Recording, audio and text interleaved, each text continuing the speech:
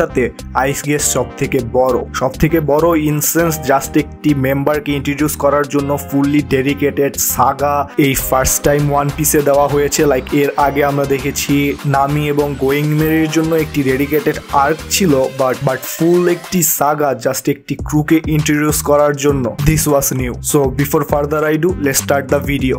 So Thriller Bark arc শুরু হয় একটি কন্টেনার দিয়ে যেটি সির মাঝখানে ভেসে ভেসে আসছিল। সো স্ট্র হ্যাট ক্রু এটাকে পিক করে এবং এটাকে ওপেন করে, অ্যান্ড এটা ওপেন করার সাথে সাথে এটি একটি সিগন্যালকে ট্রিগার করে যেটা একটি ট্র্যাপ ছিল। সো এরপরে আমরা একটি ক্লাউডের কভার দেখতে পাই যেটি থাউজেন্ড সানি বা স্ট্র হ্যাট ক্রু শিপকে ফুললি কাভার করে ফেলে, অ্যান্ড এরপর আমরা দেখতে পাই একটি মিস্টেরিয়াস এনশিয়ান শিপকে যেটা কাইন্ড অফ হরর ছিল। অ্যান্ড ইয়েস, এই থ্রিলার বার্গ আর পুরাটা একটি মিস্ট্রি হররের উপরে বেস করা। So straw hat crew decide করে এই শিপটাকে এক্সপ্লোর করার জন্য। তো তারা